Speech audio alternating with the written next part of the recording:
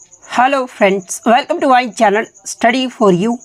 सो guys, आज के इस वीडियो में मैं आपको पहले क्लियर कर दूं, आज जो आपका कोई भी एसएससी एमटीएस का एग्ज़ाम नहीं था, बस मैं ये वीडियो उन बच्चों के लिए लेकर आया हूं जिनका आगे आने वाले शिफ्टों में जो है एमटीएस का एग्ज़ाम होने वाला है। और मैं आपको ये भी क्लियर कर दूं कि ये जितने भी प्रश्न हैं वो आपके हाल ही के एग्ज़ाम में टीसीएस के द्वारा पूछे गए प्रश्न हैं।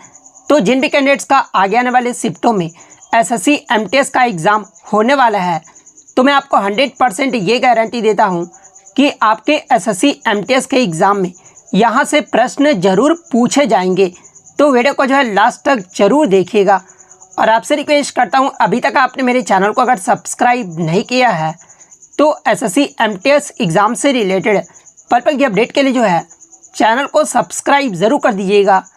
और बगल में ही आपको एक बेल आइकन यानी घंटे का निशान भी दिख रहा होगा, तो आप उस भी जो है ज़रूर प्रेस कर दीजिएगा। तो चलिए वीडियो को स्टार्ट करते हैं। तो आपका पहला क्वेश्चन आया था कि गुर्जर प्रतिहार वंश का संस्थापक कौन था। तो देखिए, गुर्जर प्रतिहार वंश का जो संस्थापक था ना, ये नागभट्ट प्रथम थे। तो नागभट्ट प्रथम आपका यहाँ पे करेक्ट आंसर होगा। इसके अलावा मैं आपको बता दूं कि इस वंश की जो राजधानी थी ना, ये कन्नौज थी। तो ये फैक्ट भी आपको ध्यान में रखना है। नेक्स्ट क्वेश्चन आपका यहाँ पर आता है कि पल्लव वंश की जो राजधानी है ना, ये कहाँ थी। तो देखिए, पल्लवों की जो राजधानी थी ना, ये कांचीपुरम में थी। तो कांचीपुरम आपका यहाँ पे करेक्ट आंसर होगा। इसके अलावा बात कर ले पल्लव की जो संस्थापक थे ये कौन थे। तो देखिए, पल्लवों की जो स्थापना है ना, ये सिंह विष्णु के द्वारा जो वो किया गया था। और पल्लव वंश की जो अवधि रहा था, ये 275 ईसा पूर्व से लेकर जो है 897 ईसा पूर्व तक जो है ये माना जाता है। इसके अलावा अगर मौर्य साम्राज्य की राजधानी की बात कर ले, तो देखिए, मौर्य साम्राज्य की जो राजधानी थी ना, ये पाटलिपुत्र थी। और मौर्य साम्राज्य के संस्थापक कौन थे। तो ये आपके चंद्रगुप्त मौर्य थे। और ये जो पाटलिपुत्र था, ये किसके लिए प्रसिद्ध था। तो देखिए, पाटलिपुत्र जो है अपने व्यापार और माल के निर्यात के लिए जो है इसे जाना जाता था।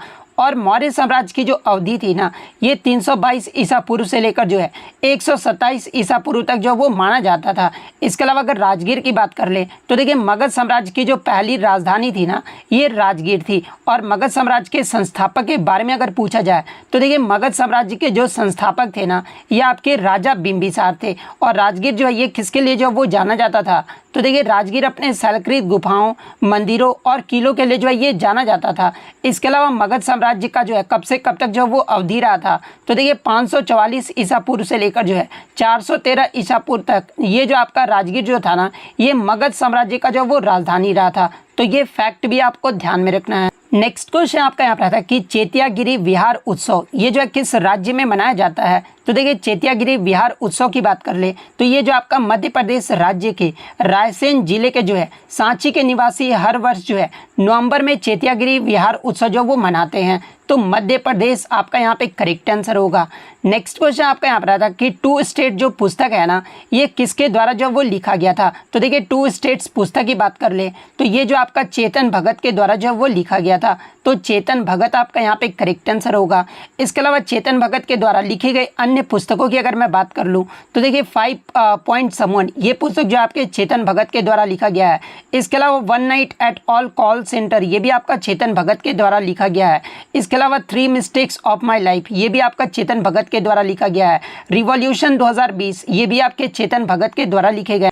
इसके अलावा half girlfriend, make in India awesome, one Indian girl, India positive ये सभी जो पुस्तकें हैं ना, ये आपके चेतन भगत के द्वारा जो है वो लिखे गए हैं। नेक्स्ट क्वेश्चन आपका यहाँ पर था कि सीजीआई का जो है वो फुल फॉर्म पूछा गया था। तो देखिए, सीजीआई का जो फुल फॉर्म होता है ना, ये आपके चीफ जस्टिस ऑफ इंडिया यानी भारत के मुख्य न्यायाधीश होता है। तो चीफ जस्टिस ऑफ इंडिया आपका यहाँ पे करेक्ट आंसर होगा।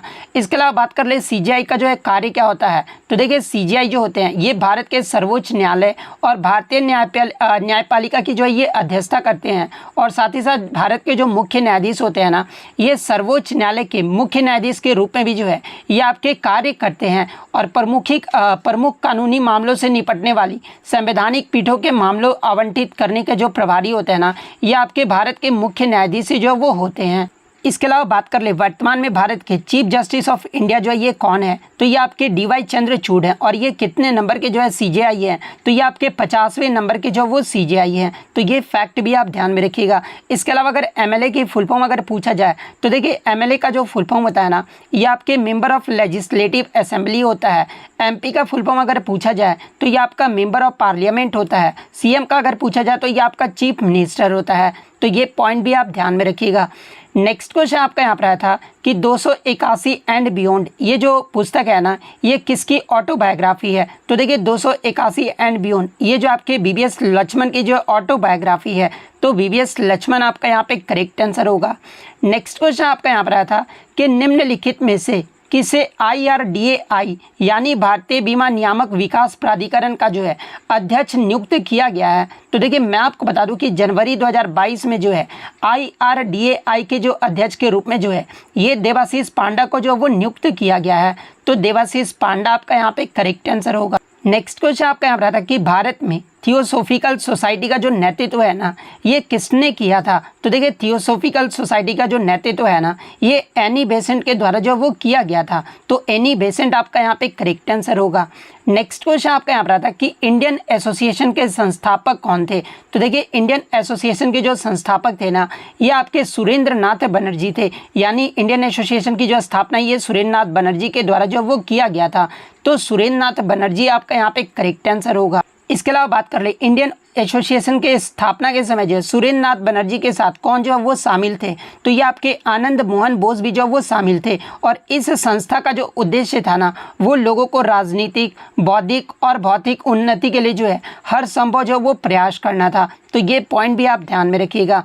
नेक्स्ट क्वेश्चन आपका यहाँ पर था कि निम्नलिखित में से कौन सा अनुच्छेद जो वो गलत दिया गया है, तो देखिए यहाँ पे अनुच्छेद आपके दिए गए थे अनुच्छेद 50, 39A, अनुच्छेद 45 और अनुच्छेद 42 के बारे में जो वो दिया गया था। ये 4 ऑप्शन जो वो आपके दिए गए थे, जिसमें आपको मैच द फॉलोइंग करना था और बताना था कि इनमें से कौन सा मैच द फॉलोइंग जो वो आपका गलत दिया गया है। तो देखिए अगर अनुच्छेद 50 की बात कर ले तो ये जो आपका न्यायपालिका को कार्यपालिका से अलग करने का प्रावधान जो है ये आपका अनुच्छेद 50 में किया गया है। अनुच्छेद 39A की बात कर ले तो देखिए समान न्याय और निःशुल्क कानूनी सहायता, ये जो आपका अनुच्छेद 39A में कहा गया है। अनुच्छेद 45 की बात कर ले तो देखिए सभी बालकों को जो है 14 वर्ष की आयु पूरी करने तक जो है निःशुल्क और अनिवार्य शिक्षा प्रदान करना, ये जो आपका अनुच्छेद 45 में कहा गया है। इसके अलावा अगर अनुच्छेद 42 की बात कर ले तो देखिए काम की न्याय संगत और मनोवचित दशाओं का तथा प्रसूति सहायता का उपबंध कराना, ये जो आपका अनुच्छेद 42 में कहा गया है। तो इनमें से आपका तो सब जो ये तो मैंने आपको बता दिया अनुच्छेद के बारे में, देख लीजिएगा कि इनमें से आपका जो कौन सा जो था वो आपका गलत जो वो मिलान किया गया था। नेक्स्ट अगर बात कर ले DPSP के बारे में तो देखिए DPSP का जो वर्णन है ना, ये आपके भाग 4 और अनुच्छेद 36 से 51 तक जो है DPSP का वर्णन जो वो किया गया है। और DPSP को जो है किस देश के संविधान से लिया गया है, तो इसे जो आपका आयरिश यानी आयरलैंड देश के संविधान से जो इसे लिया गया है। तो ये पॉइंट भी आपको ध्यान में रखना है। नेक्स्ट क्वेश्चन आपका यहाँ पर था कि 2011 में सबसे कम महिला साक्षरता दर वाला जो है राज्य कौन सा था, तो देखिए 2011 की जनगणना में सबसे कम महिला साक्षरता दर वाला जो राज्य रहा था ना, ये आपका बिहार राज्य रहा था। अगर ऑप्शन में आपका बिहार राज्य नहीं दिया गया होगा तो दूसरे में जो सबसे कम महिला साक्षरता दर वाला जो राज्य रहा था ना, ये आपका राजस्थान राज्य रहा था। तो देखिए अगर ऑप्शन में आपका बिहार दिया गया था तो बिहार आपका करेक्ट आंसर होगा।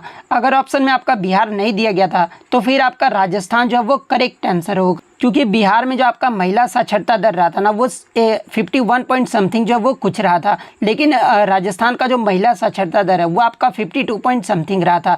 इस अकॉर्डिंग बिहार जो आपका करेक्ट आंसर होगा। नेक्स्ट अगर बात कर ले भारत का साक्षरता दर अगर पूछा जाए तो देखिए 2011 की जनगणना में भारत का जो साक्षरता दर है ना, ये आपका 74.04% रहा था, जिसमें अगर पुरुष साक्षरता दर की बात कर ले तो ये आपका 82.14% रहा था।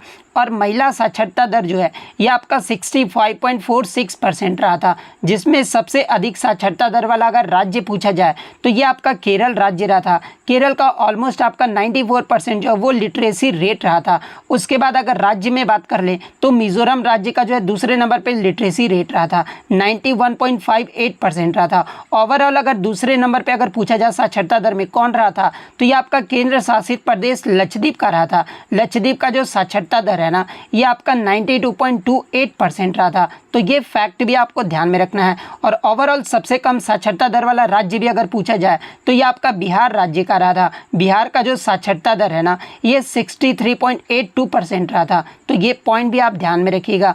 नेक्स्ट क्वेश्चन आपका यहाँ पर आता है कि 2011 की जनगणना के अनुसार अनुसूचित जनजाति यानी शेड्यूल ट्राइब्स का जो साक्षरता दर है ना, ये कितना प्रतिशत रहा है। तो देखिए 2011 की जनगणना के अनुसार अनुसूचित जनजाति का जो लिटरेसी रेट है ना, ये आपका 59% रहा है। तो 59% आपका करेक्ट आंसर होगा। वहीं अगर अनुसूचित जाति यानी शेड्यूल्ड कास्ट का जो है लिटरेसी रेट कितना परसेंट रहा था, तो ये आपका 66.1% रहा था। तो ये फैक्ट भी आपको ध्यान में रखना है। इसके अलावा एग्जाम में एक प्रश्न पूछा जाता है कि 2011 की जनगणना के अनुसार अनुसूचित जाति और अनुसूचित जनजाति का जो है कितना जो है वो जनसंख्या रहा था। तो देखिए पूरे देश की जनसंख्या के प्रतिशत में अनुसूचित जाति का जो आपका प्रतिशत रहा था ना, वो 16.6% रहा था। और अनुसूचित जनजाति यानी शेड्यूल्ड ट्राइब्स का जो आपका जनसंख्या का प्रतिशत रहा था, वो आपका 8.6% रहा था। तो ये फैक्ट भी आपको ध्यान में रखना है। नेक्स्ट क्वेश्चन आपका यहाँ पर आता है कि उत्तराखंड का सबसे ऊंचा पर्वत जो है ये कौन सा है। तो देखिए उत्तराखंड का जो सबसे ऊंचा पर्वत है ना, ये नंदा देवी है। तो नंदा देवी आपका करेक्ट आंसर होगा। नेक्स्ट क्वेश्चन आपका यहाँ पर आता है कि मोहनजोदड़ो के, यहाँ पे मोहनजोदड़ो ने इंडस वैली सिविलाइजेशन यानी सिंधु घाटी सभ्यता के जो आपके विशाल यहाँ पर अन्नानागर के बारे में पूछा गया था कि अन्नानागर का जो आकार था ना, वो किस प्रकार का था। तो देखिए सिंधु घाटी सभ्यता में जो आपके विशाल अन्नानागर थे ना, इसका जो आकार था वो आयतकार था यानी रेक्टेंगुलर शेप का था। तो रेक्टेंगुलर शेप आपका यहाँ पे करेक्ट आंसर होगा। इसके अलावा मैं आपको बता दूँ कि मोहनजोदड़ो के जो विशाल अन्नानागर का भी जो आकार था ना, वो आयतकार ही था यानी रेक्टेंगुलर शेप का ही था। तो ये फैक्ट भी आपको ध्यान में रखना है। नेक्स्ट क्वेश्चन आपका यहाँ पर आता है कि प्रथम दक्षिण एशियाई खेल जो है ये कहाँ पर हुआ था। तो देखिए प्रथम दक्षिण एशियाई खेल जो है ये आपका 1984 में नेपाल देश में हुआ था। तो नेपाल आपका यहाँ पे करेक्ट आंसर होगा। इसके अलावा ये तो आप हो गया आपका दक्षिण एशियाई खेल, ये आपका 2024 में कहाँ पर होगा। तो देखिए 2024 में जो आपका दक्षिण एशियाई खेल है ना, ये आपके पाकिस्तान देश में आयोजित किया जाएगा। तो ये तो हो गए आपके दक्षिण एशियाई खेल के बारे में। अगर एशियाई खेल के बारे में पूछा जाए तो देखिए पहला जो आपका एशियन गेम्स है ना, ये आपके 1951 में हुआ था। और कहाँ पर हुआ था, तो ये आपका भारत के नई दिल्ली में जो है वो आयोजित किया गया था। और अब तक जो है भारत में कितने बार एशियाई खेलों का आयोजन किया जा चुका है। तो देखिए अब तक भारत में जो है 2 बार एशियाई खेलों का आयोजन किया जा चुका है। और दूसरी बार भारत में कब जो है एशियाई खेल का आयोजन किया गया था, तो ये आपका 1982 में किया गया था। और ये कहाँ पर किया गया था, तो ये भी आपका भारत के नई दिल्ली में जो है आयोजित किया गया था। तो ये फैक्ट भी आपको ध्यान में रखना है। इसके अलावा अगर राष्ट्रमंडल खेल की बात कर ले तो देखिए राष्ट्रमंडल खेल की जो शुरुआत है ना, ये आपके 1930 में हैमिल्टन कनाडा से जो है इसकी शुरुआत हुई थी। और भारत में अब तक जो है कितने बार राष्ट्रमंडल खेलों का आयोजन किया जा चुका है।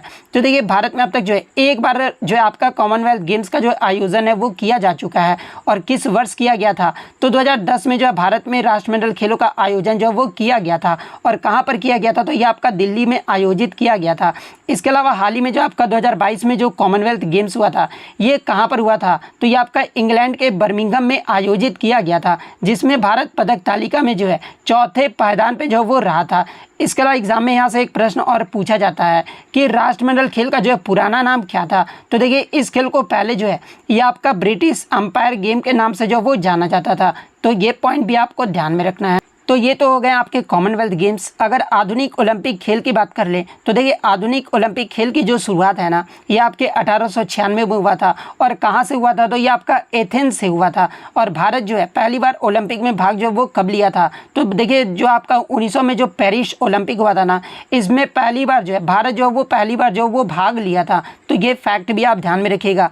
इसके अलावा जो पिछला ओलंपिक हुआ था ना, यानी 2020 का जो ओलंपिक हुआ था, ये कहाँ पर हुआ था, तो ये आपका टोक्यो जापान में आयोजित किया गया था, जिसमें भारत जो है टोटल 7 पदक जो वो जीता था। और जिसमें 1 गोल्ड, 2 सिल्वर और 4 जो था वो आपका ब्रॉन्ज मेडल जो वो शामिल था।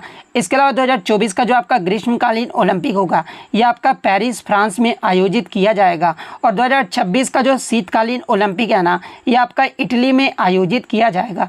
इसके अलावा एग्जाम में एक प्रश्न और पूछा जाता है कि ओलंपिक जो है ये कितने वर्षों के अंतराल में कराया जाता है। तो ये जो आपका 4 वर्षों के अंतराल में जो वो कराया जाता है, यानी ग्रीष्मकालीन अगर अब 2024 में होगा तो अगला जो ग्रीष्मकालीन ओलंपिक होगा ना वो आपका 2028 में होगा। इसके अलावा शीतकालीन ओलंपिक भी जो है ये आपके 4 वर्षों के अंतराल पर जो है वो आयोजित किया जाता है।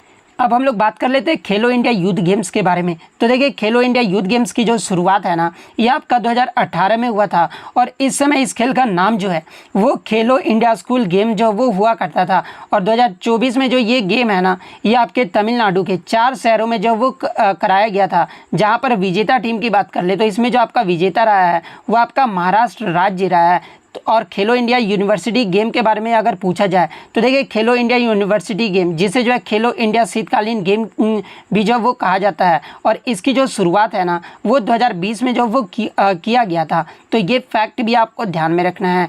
नेक्स्ट क्वेश्चन आपका यहाँ पर आता है कि किस अनुच्छेद में जो है बाल श्रम का जो वो जिक्र किया गया है। तो देखिए अनुच्छेद 23 में जो है ये बाल श्रम का जो जिक्र है वो किया गया। तो अनुच्छेद 23 आपका यहाँ पे करेक्ट आंसर होगा। और देखिए ये जो आपका अनुच्छेद 23 है ना ये आपका मौलिक अधिकार के अंतर्गत आ जाता है। और देखिए मैं आपको बता दूं कि मौलिक अधिकार में अनुच्छेद 23 और 24 जो है ये आपके किसके अंतर्गत आ जाते हैं। तो ये आपके शोषण के विरुद्ध अधिकार में जो वो सम्मिलित हैं, यानी राइट अगेंस्ट एक्सप्लॉयटेशन के अंतर्गत जो है ये आपका एक मौलिक अधिकार है जिसमें अनुच्छेद 23 में तो आपका बाल श्रम का जिक्र किया गया है और अनुच्छेद 24 में आपका कहा गया है कि 14 वर्ष से कम उम्र के बच्चों को जो है कल नल कारखानों इस सब में जो है वो नहीं लगाया जाएगा। ये जो आपका अनुच्छेद 24 में जो वो कहा गया है। इसके अलावा अगर मौलिक अधिकार की बात कर ले तो देखिए मौलिक अधिकार का जो वर्णन है ना ये आपके भाग 3 और अनुच्छेद 12 से 35 तक जो है मौलिक अधिकार का जो वर्णन है वो किया गया है। और मौलिक अधिकार को जो ये आपका किस देश के संविधान से लिया गया है तो इसे आपका संयुक्त राज्य अमेरिका के संविधान से लिया गया है। जिसमें अगर पहले मौलिक अधिकार की बात कर ले तो अनुच्छेद 14 से 18 समानता का अधिकार के बारे में जो वो बताता है। अनुच्छेद 19 से 22 जो है इसमें आपके स्वतंत्रता का अधिकार के बारे में जो वो बताया गया है। अनुच्छेद 25 से 28 में जो आपके धार्मिक स्वतंत्रता के बारे में जो वो बताया गया है। अनुच्छेद 23 और 24 जो है ये आपके शोषण के विरुद्ध अधिकार के बारे में बताया गया है। अनुच्छेद 29 और 30 जो है ये आपके अल्पसंख्यक हित के बारे में बताया गया है। अनुच्छेद 32 में जो है आपके संवैधानिक उपचारों का अधिकार जो वो बताया गया है। और वर्तमान में आपके कितने मौलिक अधिकार हैं तो वर्तमान में आपके 6 मौलिक अधिकार हैं। और मूल संविधान में जो मौलिक अधिकारों की संख्या थी वो आपका 7 था। संपत्ति का अधिकार भी जो था वो मूल संविधान में मौलिक अधिकार था, लेकिन 44वां जो संविधान संशोधन हुआ था 1978 में उसमें संपत्ति के अधिकार को जो है मौलिक अधिकार की सूची से जो वो हटा दिया गया है। और वर्तमान में जो आपका संपत्ति का अधिकार है ना ये आपके अनुच्छेद 301 के तहत जो है इसे कानूनी अधिकार का दर्जा जो वो दे दिया गया है। तो ये फैक्ट भी आपको ध्यान में रखना है। नेक्स्ट क्वेश्चन आपका यहाँ रहता है कि तेलंगाना से संबंधित साहस पहल जो है ये किस विषय से संबंधित है। तो देखिए तेलंगाना में जो आपका साहस पहल योजना चलाया गया है इसमें जो है महिलाओं को सुरक्षित कार्य तथा लोकेलिटी प्रदान करने के लिए जो ये आपका साहस कार्यक्रम की शुरुआत जो वो किया गया है। तो ये जो आपका पहल है ये किस विषय से संबंधित है तो ये आपके महिला सुरक्षा से संबंधित है। तो महिला सुरक्षा आपका यहाँ पे करेक्ट आंसर होगा। इसके अलावा अगर तेलंगाना की बात कर ले तो देखिए तेलंगाना राज्य का जो गठन है ना ये आपका 2014 में हुआ था। और किस राज्य से अलग होकर इसका गठन किया गया था तो ये आपका आंध्र प्रदेश से अलग होकर जो है तेलंगाना जो है 2014 में एक अलग राज्य जो वो बना था।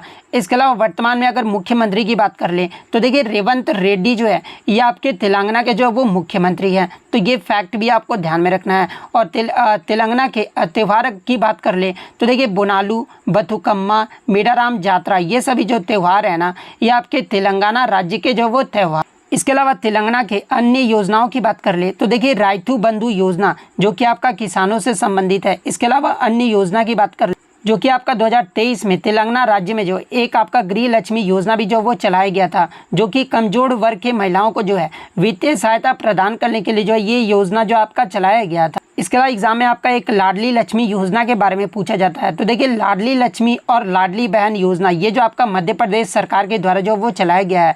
और ये जो आपका योजना ये आपका लड़कियों तथा महिलाओं पर जो है ये आपका लागू होता है। मोघर योजना के बारे में अगर पूछा जाए तो देखिए मोघर योजना जो है ये आपके उड़ीसा सरकार के द्वारा चलाया गया है। इसके अलावा एग्जाम में टीचर्स के द्वारा पूछा जाता है कि अबुआ आवास योजना ये जो है किसके द्वारा हाल ही में चलाया गया है। तो देखिए अबुआ आवास योजना ये जो आपका हाल ही में झारखंड सरकार के द्वारा जो है इस योजना को जो वो चलाया गया है। पर्वत धारा योजना के बारे में अगर पूछा जाए तो ये आपका हिमाचल प्रदेश राज्य से संबंधित है जो कि आपके जल स्रोत के संरक्षण से संबंधित है। और मुख्यमंत्री किसान मित्र योजना के बारे में पूछा जाए तो ये आपका राजस्थान राज्य से संबंधित है। तो ये सारे फैक्ट जो आपको ध्यान में रखना है। नेक्स्ट आपका यहाँ पर आता है कि धमेक स्तूप ये जो है कहाँ पर स्थित है। तो देखिए धमेक स्तूप की बात कर ले तो ये आपका बनारस के सारनाथ में स्थित है। तो सारनाथ आपका यहाँ पे करेक्ट आंसर होगा। इसके अलावा मैं आपको बता दूं कि धमेक स्तूप का जो निर्माण है ना, ये अशोक सम्राट अशोक के द्वारा जो वो करवाया गया था।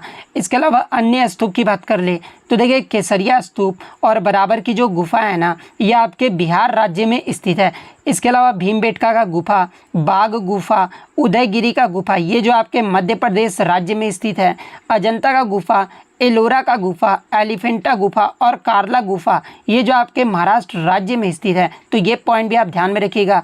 इसके अलावा एग्जाम में एक प्रश्न पूछा जाता है कि स्तूप जो वो क्या होता है। तो देखिए स्तूप की बात कर ले तो ये जो आपका बौद्ध धर्म में सार्वजनिक महत्व के वस्तु यानी जो सामान होते हैं ना, उन्हें संरक्षित रखे जाने की जगह जो है ये आपका स्तूप होता है। तो ये फैक्ट भी आपको ध्यान में रखना है। नेक्स्ट क्वेश्चन आपका यहाँ पर आता है कि निम्नलिखित में से कौन सी पुस्तक जो है किरण देसाई से संबंधित है, यानी किरण देसाई के द्वारा जो है कौन सी पुस्तक जो है वो लिखी गई है। तो देखिए द इनहेरिटेंस ऑफ लॉस ये जो पुस्तक है ना, ये किरण देसाई के द्वारा जो है वो लिखा गया है। तो देखिए द इनहेरिटेंस ऑफ लॉस आपका यहाँ पे करेक्ट आंसर होगा। इसके अलावा मैं आपको बता दूं कि इसी पुस्तक के लिए जो है किरण देसाई को 2006 में जो है मैन बुकर पुरस्कार से भी जो वो सम्मानित किया गया था। तो ये फैक्ट भी आपको ध्यान में रखना है।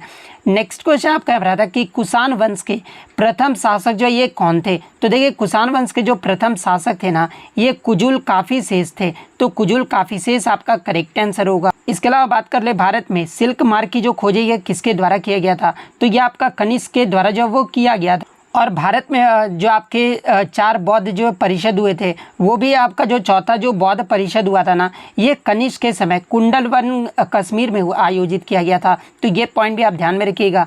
गुप्त वंश के संस्थापक की बात कर ले तो ये आपके श्री गुप्त थे। और गुप्त वंश के जो अंतिम शासक थे ना, ये आपके विष्णु गुप्त थे। मौर्य वंश के संस्थापक की बात कर ले तो ये आपके चंद्रगुप्त मौर्य थे। और मौर्य वंश के जो अंतिम शासक है ना, ये आपके बृहद्रथ थे। इनका नाम मैं आपको लिख देता हूँ। बृहद्रथ जो थे ये आपके मौर्य वंश के जो अंतिम शासक थे। नंद वंश के प्रथम शासक की बात कर ले तो ये आपके महापद्मानंद थे। और अंतिम शासक जो वो धनानंद थे। दिल्ली सल्तनत के प्रथम शासक की बात कर ले तो कुतुबुद्दीन ऐबक जो ये दिल्ली सल्तनत के प्रथम शासक थे। और अंतिम जो शासक थे ये आपके इब्राहिम लोदी थे। तो ये फैक्ट भी आपको ध्यान में रखना है। एक क्वेश्चन आपका यहाँ पर आया था कि मैं लिखना भूल गया हूँ कि मोहन श्याम शर्मा जो है किस वाद्य यंत्र से संबंधित है। तो देखिए मोहन श्याम शर्मा की बात कर ले तो ये जो आपका पखावाज से जो वो संबंधित है। तो पखावाज आपका यहाँ पे करेक्ट आंसर होगा। नेक्स्ट क्वेश्चन आपका यहाँ पर आता है कि 2011 की जनगणना के अनुसार भारत में कृषि श्रमिकों का जो है प्रतिशत हिस्सा जो है ये कितना प्रतिशत रहा था। तो देखिए 2011 की जनगणना के अनुसार भारत में कृषि श्रमिकों का जो प्रतिशत रहा था ना, ये 55% रहा था, यानी 54.6% रहा था, यानी ऑलमोस्ट आपका 55% रहा था। तो 55% आपका यहाँ पे करेक्ट आंसर होगा। लेकिन बच्चे बता रहे थे कि ऑप्शन में 55% नहीं दिया गया था, इस प्रकार से दिया गया था 0.55%, 0.56%, इस प्रकार से जो है ऑप्शन जो है वो दिया गया था। तो देखिए मैं आपको बता दूं कि भारत में कुल कार्यबल में से जो है केवल 0.546% ही जो है कृषि गतिविधियों में जो वो लगे हुए थे। तो इस अकॉर्डिंग जो आपका आंसर होना चाहिए वो आपका 0.55% जो है आपका यहाँ पे करेक्ट आंसर होगा। नेक्स्ट क्वेश्चन आपका यहाँ पर था कि 74वां जो गणतंत्र दिवस मनाया गया था 2023 में, इसके जो है मुख्य अतिथि जो है वो कौन थे। तो देखिए 74वें गणतंत्र दिवस के मुख्य अतिथि जो थे ये आपके मिस्र के राष्ट्रपति यानी इजिप्ट के जो राष्ट्रपति थे वो अब्दुल फतह अल सीसी जो वो मुख्य अतिथि थे। तो अब्दुल फतह अल सीसी आपका यहाँ पे करेक्ट आंसर होगा। वहीं अगर 2024 की बात कर ले तो 2024 में जो आपका 75वां जो गणतंत्र दिवस मनाया गया है, इसमें आपके जो मुख्य अतिथि थे ये फ्रांस के राष्ट्रपति इमैनुअल मैक्रोन जो है ये आपके जो है वो मुख्य अतिथि थे। और भारत में जो पहला गणतंत्र दिवस मनाया गया था 1950 में, इसमें जो है मुख्य अतिथि के तौर पे कौन आए थे। तो इंडोनेशिया के राष्ट्रपति डॉक्टर सुकर्नो जो है ये मुख्य अतिथि के तौर पर आए थे। तो ये फैक्ट भी आपको ध्यान में रखना है। इसके अलावा बात कर ले भारत में संविधान जो ये कब अपनाया गया था। तो देखिए भारत के संविधान को जो है ये आपके 26 नवंबर 1949 को जो वो अपनाया गया था। और 26 जनवरी 1950 को जो है हमारे संविधान को जो है वो लागू किया गया था। तो ये फैक्ट भी आपको ध्यान में रखना है। इसके अलावा एग्जाम में एक प्रश्न पूछा जाता है कि आज़ादी के बाद यानी 1947 के बाद जो है लाल किला पर झंडा प्रधानमंत्री जवाहरलाल नेहरू के द्वारा जो है ये किस गेट पर जो है वो पहली बार फहराया गया था। तो ये आपका लाहौरी गेट पर जो है वो पहली बार फहराया गया था। तो ये फैक्ट भी आपको ध्यान में रखना है। नेक्स्ट क्वेश्चन आपका यहाँ पर आता है कि सुप्रीम कोर्ट का गठन जो है ये किस अनुच्छेद के तहत जो है वो किया गया है। तो देखिए सुप्रीम कोर्ट का जो गठन है ना ये अनुच्छेद 124 के तहत जो है वो किया गया है। तो अनुच्छेद 124 आपका करेक्ट आंसर होगा। इसके अलावा बात कर ले किस एक्ट के तहत किया गया था। तो देखिए सुप्रीम कोर्ट परतंत्र मतलब कि आज़ादी से पहले जो है भारत में सबसे पहले उस 1773 के रेगुलेटिंग एक्ट के अकॉर्डिंग जो है 1774 में जो है कोलकाता के फोर्ट विलियम पैलेस में जो है इसकी स्थापना जो है वो किया गया था। नेक्स्ट क्वेश्चन आपका यहाँ रहा था कि अपसौर की घटना यानी जो एफेलियन जिसे इंग्लिश में कहा जाता है कि एफेलियन की जो घटना है ना ये कब घटती है। तो देखिए एफेलियन की जो घटना है ना ये प्रतिवर्ष 4 जुलाई को होता है। वहीं अगर उपसौर की बात कर ले यानी पेरिलियन की जो घटना है ये कब घटता है। तो देखिए पेरिलियन की जो घटना है ना ये प्रतिवर्ष जो है वो आपका 3 जनवरी को होता है। और उपसौर की घटना घटता क्यों है। तो देखिए इस घटना के परिणाम स्वरूप जो है सूरज अपनी वास्तविक दूरी से जो है पृथ्वी के तुलना में जो वो कम दूरी पर होता है। और किस दिन होता है तो ये आपका 3 जनवरी को होता है। वहीं अगर बात कर ले सूरज अपनी वास्तविक दूरी से पृथ्वी की तुलना में अगर अधिक दूरी पर होगा ना तो ये आपका अपसौर की घटना होगा जो कि आपका 4 जुलाई को होता है। तो ये फैक्ट भी आपको ध्यान में रखना है।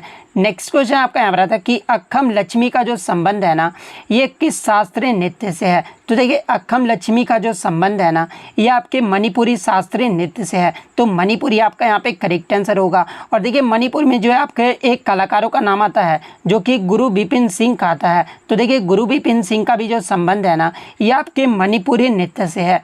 नेक्स्ट क्वेश्चन आपका यहाँ रहा था कि खुदीराम बोस के साथ उनके सहयोगी कौन थे जो बम फेंकने में जो वो मदद किए थे। तो ये जो आपके साथ देने वाले थे जो थे ये आपके प्रफुल्ल चाकी थे। इसके अलावा मैं आपको बता दूं कि खुदीराम बोस जो है ये शहीद होने वाले जो है ये आपके 1908 में इन्हें जो है फांसी की सज़ा दिया गया था। और ये जो है आपके सबसे कम उम्र की जो है फांसी देने वाले जो है ये स्वतंत्रता संग्राम सेनानी थे। तो ये फैक्ट भी आपको ध्यान में रखना है।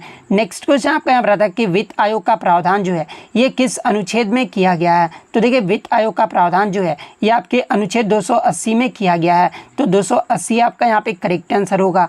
15वें वित्त आयोग के अध्यक्ष की बात कर ले तो ये आपका NK सिंह थे। और 16वें वित्त आयोग के अध्यक्ष जो है ये आपके अरविंद पनगड़िया को जो वो बनाया गया है। और ये जो आपके अरविंद पनगड़िया थे ना ये आपके नीति आयोग के जो है पहले उपाध्यक्ष भी थे। इसके अलावा मैं आपको बता दूं कि वित्त आयोग का जो गठन है ना ये केंद्र में राष्ट्रपति के द्वारा जो है 5 वर्षों के लिए जो वो किया जाता है। और इसमें जो आपके 5 सदस्य होते हैं जिसमें एक जो होता है वो आपके अध्यक्ष होते हैं और 4 जो होते हैं वो आपके अन्य सदस्य होते हैं। तो ये पॉइंट भी आप ध्यान में रखिएगा। और राज्य वित्त आयोग का जो गठन है ये आपका राज्यपाल के द्वारा अनुच्छेद 243 आई के अकॉर्डिंग जो वो किया जाता है। नेक्स्ट क्वेश्चन आपका यहाँ पर आता है कि यू श्रीनिवासन का जो संबंध है ये किस वाद्ययंत्र से है। तो देखिए यू श्रीनिवासन की बात कर ले तो इनका जो संबंध है ना ये मैंडोलिन से है। तो मैंडोलिन आपका यहाँ पे करेक्ट आंसर होगा। नेक्स्ट क्वेश्चन आपका यहाँ पर आता है कि 1907 में मैडम भिखाजी कामा ने जो है ये कहाँ पर झंडा जो है वह फहराई थी। तो देखिए विदेश में पहली बार जो भारतीय झंडा है ना ये मैडम भिखाजी के द्वारा 1907 में जो है जर्मनी के स्टुअर्टगार्ड में जो वो फहराया गया था। तो स्टुअर्टगार्ड आपका यहाँ पे करेक्ट आंसर होगा। इसके अलावा बात कर ले लाला हरदयाल ने गदर पार्टी की स्थापना कब की थी। तो ये 1913 में जो वो किया गया था। इंडियन एसोसिएशन की जो स्थापना ये दादा भाई नौरोजी ने जो है लंदन में किया था। और कब किए थे तो ये 1866 में किए थे। थियोसॉफिकल सोसाइटी की जो स्थापना है ये 1875 में जो है अमेरिका में जो वो किया गया था। नेक्स्ट क्वेश्चन आपका यहाँ पर आया था कि प्रधानमंत्री मत्स्य संपदा योजना इसकी जो अवधि है ना ये कब तक रखी गई है। तो देखिए प्रधानमंत्री मत्स्य संपदा योजना की जो अवधि है ना ये आपका 2024 से 25 तक जो वो रखा गया है। तो 2024 से 25 आपका यहाँ पे करेक्ट आंसर होगा। इसके अलावा मैं आपको बता दूं कि प्रधानमंत्री गरीब कल्याण योजना इसे जो 2024 से जो है अगले 5 वर्ष तक यानी 2029 तक जो है इसे जो वो बढ़ा दिया गया है। और ये जो योजना है ना प्रधानमंत्री गरीब कल्याण योजना इसमें जनता को जो है राशन मुफ्त जो वो दिया जाता है। तो ये फैक्ट भी आपको ध्यान में रखना है। और देखिए आप कमेंट करके जवाब दीजिएगा कि थियोसॉफिकल सोसाइटी की जो स्थापना है ना ये किसके द्वारा जो 1875 में अमेरिका में जो वो किया गया था। ये जो आप कमेंट करके ज़रूर जवाब दीजिएगा। नेक्स्ट क्वेश्चन आपका यहाँ पर आता है कि निम्न में से शिवाजी की युद्ध जो है किस मुगल बादशाह के साथ हुआ था। तो देखिए 1660 में, आई थिंक मैं करेक्ट हूँ तो बता देता हूँ कि 1660 में जो है शिवाजी का युद्ध जो है ये आपके औरंगजेब के साथ हुआ था। तो औरंगजेब आपका यहाँ पे करेक्ट आंसर होगा। इसके अलावा शिवाजी की माता का नाम अगर एग्जाम में पूछा जाए तो इनकी माता का जो नाम था वो जीजाबाई था और पिता का नाम जो था ये शाहजी भोसले था। तो ये फैक्ट भी आपको ध्यान में रखना है। इसके अलावा प्रतापगढ़ी की लड़ाई के बारे में पूछा जाता है। तो देखिए प्रतापगढ़ी की जो लड़ाई है ना, ये शिवाजी महाराज तथा अफजल खान के बीच जो वो लड़ा गया था। और ये जो है कहाँ पर लड़ा गया था, तो ये युद्ध जो आपका महाराष्ट्र में जो वो लड़ा गया था। नेक्स्ट क्वेश्चन आया था कि which of the following disease is caused by deficiency of iodine, यानी निम्नलिखित में से कौन सा रोग जो है आयोडीन की कमी से होता है। तो देखिए ये जो आपका ग्वाइटर यानी जो ये आपका घेंगा रोग होता है ना, ये आपके आयोडीन की कमी के कारण होता है। तो घेंगा रोग आपका यहाँ पे करेक्ट आंसर होगा। नेक्स्ट क्वेश्चन आपका यहाँ पर आता है कि सितंबर 2023 से पहले रेलवे के जो है सीईओ यानी चीफ एग्जीक्यूटिव ऑफिसर जो है ये कौन थे। तो देखिए सितंबर 2023 से पहले जो आपके रेलवे के सीईओ थे ना, ये आपके अनिल कुमार लाहोटी थे। तो अनिल कुमार लाहोटी आपका यहाँ पे करेक्ट आंसर होगा। इसके अलावा बात कर ले रेलवे के वर्तमान में आपका अध्यक्ष और सीईओ कौन है। तो देखिए रेलवे के वर्तमान में अध्यक्ष और जो सीईओ है ना, ये आपके जया वर्मा सिन्हा हैं। और ये कब से हैं, तो ये आपके 1 सितंबर 2023 से जो है ये आपके पदभार जो है वो ग्रहण किए हैं। तो ये फैक्ट भी आपको ध्यान में रखना है। इसके अलावा अगर एग्जाम में पूछा जाए कि रेलवे बोर्ड के जो है आपके पहली महिला अध्यक्ष और सीईओ जो है वो कौन बनी है, तो देखिए रेलवे बोर्ड के पहली महिला अध्यक्ष और जो सीईओ है ना, ये आपके जया वर्मा सिन्हा बनी है। तो ये पॉइंट भी आप ध्यान में रखिएगा। इसके अलावा अगर पूछा जाए कि रेलवे बोर्ड की पहली महिला सदस्य अगर पूछा जाए कि कौन थी, तो देखिए रेलवे बोर्ड की जो पहली महिला सदस्य थी ना, ये विजयलक्ष्मी विश्वनाथन थी। तो ये पॉइंट भी आप ध्यान में रखिएगा। नेक्स्ट क्वेश्चन आपका यहाँ पर आया था कि भारत के संविधान का अनुच्छेद 20 जो है ये किससे संबंधित है। तो देखिए अनुच्छेद 20 की बात कर ले तो ये जो आपका अपराधों के लिए सजा के संबंध में संरक्षण से संबंधित है। तो ये पॉइंट जो आपका यहाँ पे करेक्ट आंसर होगा। देखिए आर्टिकल 20 में जो आपका कहा गया है कि एक आरोपी व्यक्ति चाहे वह भारत का नागरिक हो या फिर विदेशी नागरिक हो, उसके मनमानी और अत्यधिक सजा के खिलाफ जो है 3 प्रकार का सुरक्षा जो है वो प्रदान जो है वो किया जाएगा। इसके अलावा अगर अनुच्छेद 21 की बात कर लें तो देखिए अनुच्छेद 21 के तहत जो है जीवन और व्यक्तिगत स्वतंत्रता की सुरक्षा की गारंटी जो है वो प्रदान किया गया है। यानी कोई भी व्यक्ति कानून द्वारा स्थापित प्रक्रिया के अनुसार जीवन या व्यक्तिगत स्वतंत्रता से जो वो वंचित नहीं होगा। ये जो आपका अनुच्छेद 21 में कहा गया है। तो ये फैक्ट भी आप ध्यान में रखिएगा। नेक्स्ट क्वेश्चन आपका यहाँ पर आता है कि बराबर पहाड़ी की जो गुफा है ना, ये भारत के किस राज्य में स्थित है। तो देखिए बराबर पहाड़ी की गुफा जो है ये आपके बिहार राज्य में स्थित है। और बिहार के किस जिले में स्थित है, तो ये आपका जहानाबाद जिले में स्थित है। तो बिहार आपका यहाँ पे करेक्ट आंसर होगा। नेक्स्ट क्वेश्चन आपका यहाँ पर आया था कि भारत के संगीत नाटक एकेडमी के अनुसार, यहाँ पे संस्कृति मंत्रालय नहीं संगीत नाटक एकेडमी के अकॉर्डिंग पूछा गया था। तो देखिए भारत के संगीत नाटक एकेडमी के अनुसार 2023 तक जो है भारत में कितने शास्त्रीय नृत्य का जो वो दर्जा दिया गया है। तो देखिए संगीत नाटक एकेडमी के अनुसार भारत में जो है टोटल 8 शास्त्रीय नृत्य को जो वो दर्जा दिया गया है। वहीं अगर संस्कृति मंत्रालय के अकॉर्डिंग अगर पूछा जाए तो देखिए संस्कृति मंत्रालय के अकॉर्डिंग 6 नृत्य यानी 6 नृत्य को भी जो वो शास्त्रीय नृत्य का दर्जा दिया गया है। यानी संस्कृति मंत्रालय के अकॉर्डिंग टोटल आपके 9 शास्त्रीय नृत्यों को जो वो दर्जा दिया गया है। लेकिन आपका जो है संगीत नाटक एकेडमी के अकॉर्डिंग पूछा गया था तो 8 जो है आपका यहाँ पे करेक्ट आंसर होगा। इसके अलावा बात कर ले संगीत नाटक एकेडमी के अनुसार 8 शास्त्रीय नृत्य कौन कौन से हैं। तो पहला आपका भरतनाट्यम है जो कि तमिलनाडु राज्य का शास्त्रीय नृत्य है। सेकंड आपका कथक है जो कि आपका उत्तर प्रदेश राज्य का एक शास्त्रीय नृत्य है। थर्ड आपका कथकली है जो कि आपका केरल का शास्त्रीय नृत्य है। फोर्थ आपका कुचिपुड़ी जो कि आंध्र प्रदेश का शास्त्रीय नृत्य है। ओडिशा जो है ये आपका ओडिसी जो है ये आपका उड़ीसा का शास्त्रीय नृत्य है। मणिपुरी जो है ये आपका मणिपुर का शास्त्रीय नृत्य है। और मोहिनीअट्टम जो ये आपका केरल राज्य का शास्त्रीय नृत्य है। सत्रिया जो है ये आपका असम राज्य का शास्त्रीय नृत्य है। तो ये आपके संगीत नाटक अकादमी के अकॉर्डिंग 8 शास्त्रीय नृत्य को जो वो दर्जा दिया गया है। और अगर संस्कृति मंत्रालय के अकॉर्डिंग पूछा जाए तो 6 यानी 9 शास्त्रीय नृत्य को जो है वो दर्जा दिया गया है।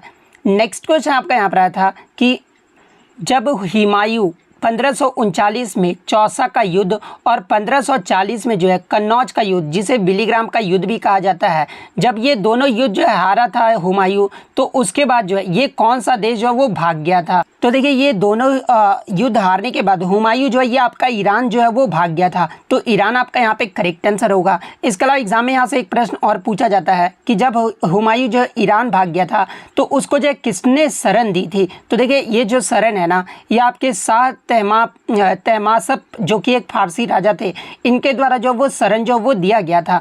इसके अलावा बात कर ले हुमायूं के बारे में, तो हुमायूं जो था ये आपका दूसरा मुगल सम्राट था जिसने भारत ने जो है मुगल शासन के दौरान जो है भारत पर शासन भी किया था, और कुछ आंतरिक समस्याओं के कारण जो है ये आपका चौसा और कन्नौज में जो है शेर खान से युद्ध जो वो हार गया था, और ये जो है ईरान भागने के लिए जो वो मजबूर होना पड़ा था। तो ईरान आपका यहाँ पे करेक्ट आंसर होगा।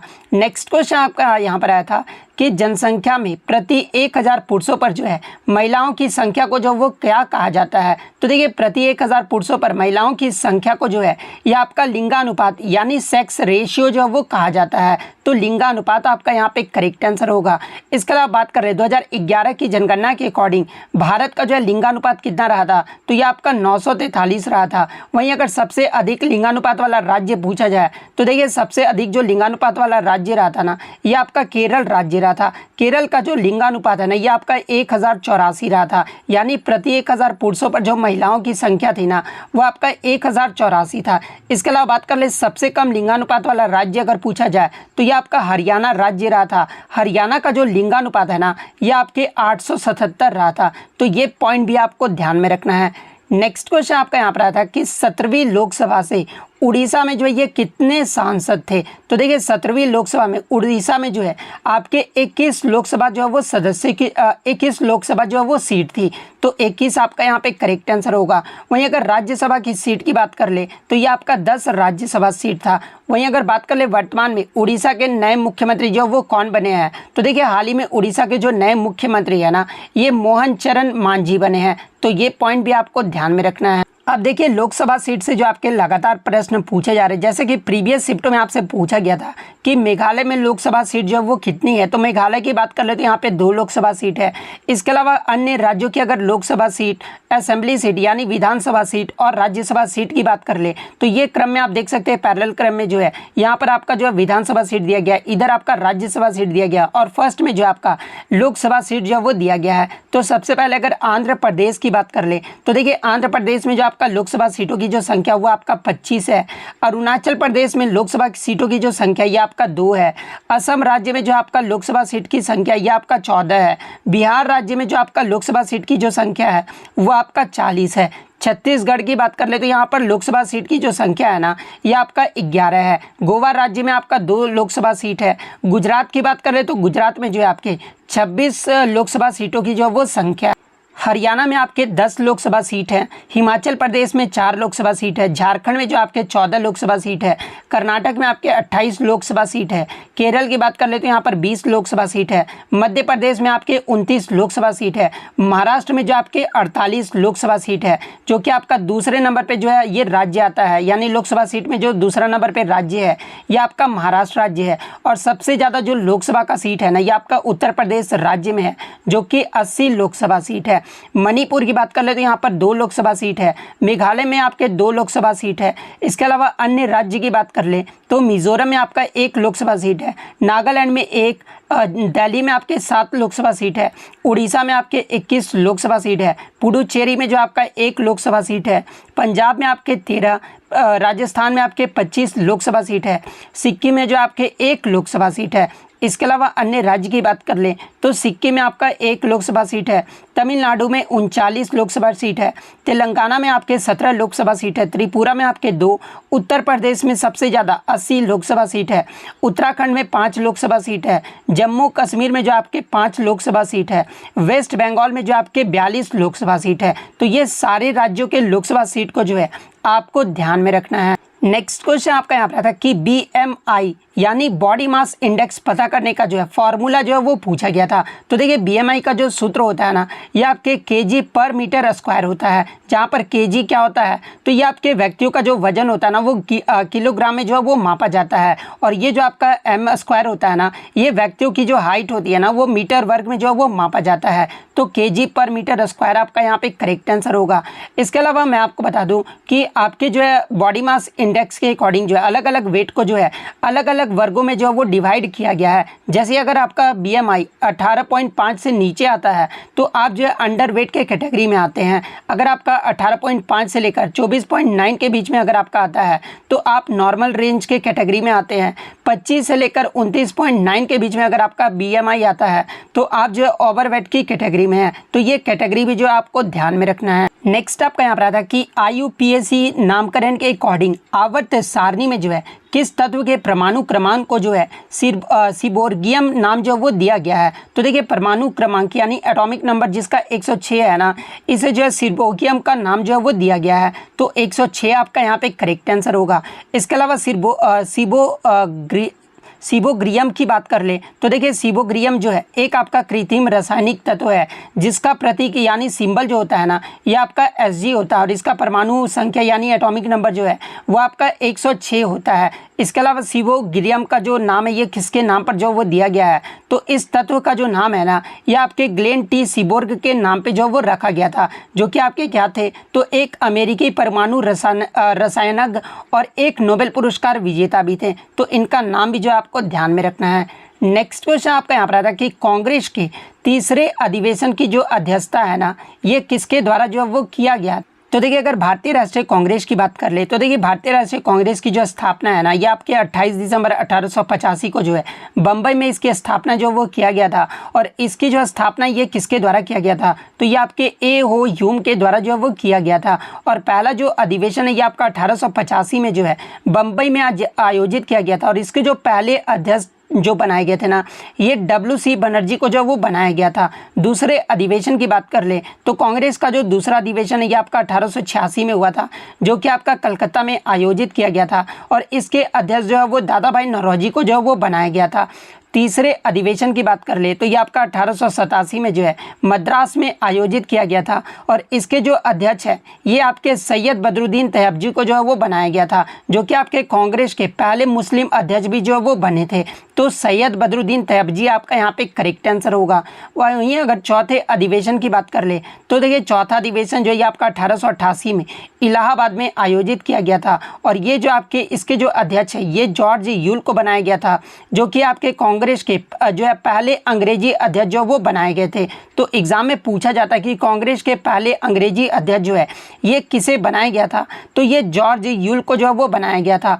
1896 का जो कलकत्ता अधिवेशन हुआ था इसकी जो अध्यक्षता है ना ये रहमतुल्लाह सियानी के द्वारा जो वो किया गया था। और इसी अधिवेशन में जो है मैं आपको बता दूं कि इसी अधिवेशन में जो आपका राष्ट्रीय गीत है ना वंदे मातरम पहली बार रविन्द्रनाथ टैगोर के द्वारा जो है इसी अधिवेशन में जो वो गाया गया। इसके अलावा एग्जाम में प्रश्न पूछा जाता है कि भू राजस्व के अस्थायी निर्धारण की जो मांग है ये किस अधिवेशन में किया गया था। तो देखिए भू राजस्व के अस्थायी निर्धारण की जो मांग है ना ये आपके 1899 का जो लखनऊ अधिवेशन हुआ था, जिसकी अध्यक्षता जो है रोमेश चंद्र दत्त के द्वारा जो है वो किया गया था। और इसी में जो इसकी मांग जो है वो किया गया था। इसके अलावा एग्जाम में एक प्रश्न और यहाँ से बनता है कि पहली बार गांधी जी जो है कांग्रेस के मंच पर जो वो किस अधिवेशन में आए थे। तो देखिए पहली बार गांधी जी कांग्रेस के मंच पर जो है ये 1901 का जो कलकत्ता अधिवेशन हुआ था, जिसकी अध्यक्षता दिनसा ई वाचा के द्वारा जो वो किया गया था। और इसी अधिवेशन में पहली बार गांधी जी जो है कांग्रेस के मंच पर आए थे। तो ये फैक्ट भी आपको ध्यान में रखना है। नेक्स्ट क्वेश्चन आपका यहाँ पर आया था कि स्वर्ण क्रांति यानी गोल्डन रेवोल्यूशन जो है ये किससे संबंधित है। तो देखिए गोल्डन रेवोल्यूशन की बात कर ले तो ये जो आपका हनी और हॉर्टिकल्चर के प्रोडक्शन से संबंधित है, यानी बागवानी और शहद से संबंधित है। तो बागवानी और शहद आपका यहाँ पे करेक्ट आंसर होगा। इसके अलावा मैं आपको बता दूं कि ये जो आपका गोल्डन रिवॉल्यूशन है ना ये आपका 1991 में शुरू हुआ था और ये जो आपका 2003 तक चला था। इसके अलावा अन्य अगर रिवॉल्यूशन की बात कर ले स्वर्ण क्रांति के जनक के रूप में जो है ये किसे जाना जाता है। तो देखिए स्वर्ण क्रांति के जनक के रूप में जो है ये आपके निरपक तुतज को जो है वो जाना जाता है। इसी से मिलता जुलता एक और आपका नाम है गोल्डन फाइबर क्रांति। गोल्डन फाइबर क्रांति अगर पूछा जाए तो ये आपके जूट उत्पादन से संबंधित है। इसके अलावा अगर अन्य क्रांति की बात कर ले तो देखिए भूरी क्रांति के बारे में पूछा जाता है, तो ये आपके चमड़ों और कोको उत्पादन से संबंधित है। हरित क्रांति की बात कर ले यानी ग्रीन रिवॉल्यूशन की बात कर ले तो ये जो आपका कृषि उत्पादन से संबंधित है। ग्रे क्रांति जो है ये आपका उर्वरक के उत्पादन से संबंधित है। गुलाबी क्रांति जो है आपके प्याज और झींगा के उत्पादन से संबंधित है। लाल क्रांति जो है आपके मांस टमाटर उत्पादन से संबंधित है। गोल क्रांति जो है आपके आलू के उत्पादन से संबंधित है। रजत फाइबर क्रांति अगर पूछा जाए तो ये आपके कपास के उत्पादन से संबंधित है। रजत क्रांति अगर पूछा जाए तो ये आपके अंडा के उत्पादन से संबंधित है। श्वेत क्रांति जो ये आपके डेयरी या फिर दूध उत्पादन से संबंधित है। पीली क्रांति की बात कर ले तो यह जो आपका तेल बीज उत्पादन से संबंधित है। नीली क्रांति जो ये आपके मछली उत्पादन से संबंधित है। और काली क्रांति यानी ब्लैक रिवॉल्यूशन जो है यह आपके पेट्रोलियम उत्पादन से संबंधित है। तो ये सारे फैक्ट जो आपको ध्यान में रखना है। नेक्स्ट क्वेश्चन आपका यहाँ पर आया था कि अमरावती जो स्तूप है ना ये भारत के किस राज्य में स्थित है। तो देखिए अमरावती स्तूप की बात कर ले तो ये आज जो आपका आंध्र प्रदेश के गुंटूर जिले में स्थित है। तो आंध्र प्रदेश आपका यहाँ पे करेक्ट आंसर होगा। इसके अलावा मैं आपको बता दूं कि अमरावती स्तूप का जो निर्माण है ना ये अशोक ने तीसरी शताब्दी ईसा पूर्व में जो इसका निर्माण करवाया था। और ये जो आपका स्तूप है ना ये बुद्ध के जीवन और शिक्षण को स्तूप में इसके बारे में जो वो बताया गया है। तो ये पॉइंट भी आपको ध्यान में रखना है। नेक्स्ट क्वेश्चन आपका यहाँ पर आया था विच बिल या फिर act provided for the trial of European persons by Indian and south equality between British and Indian जजेस इन द कंट्री।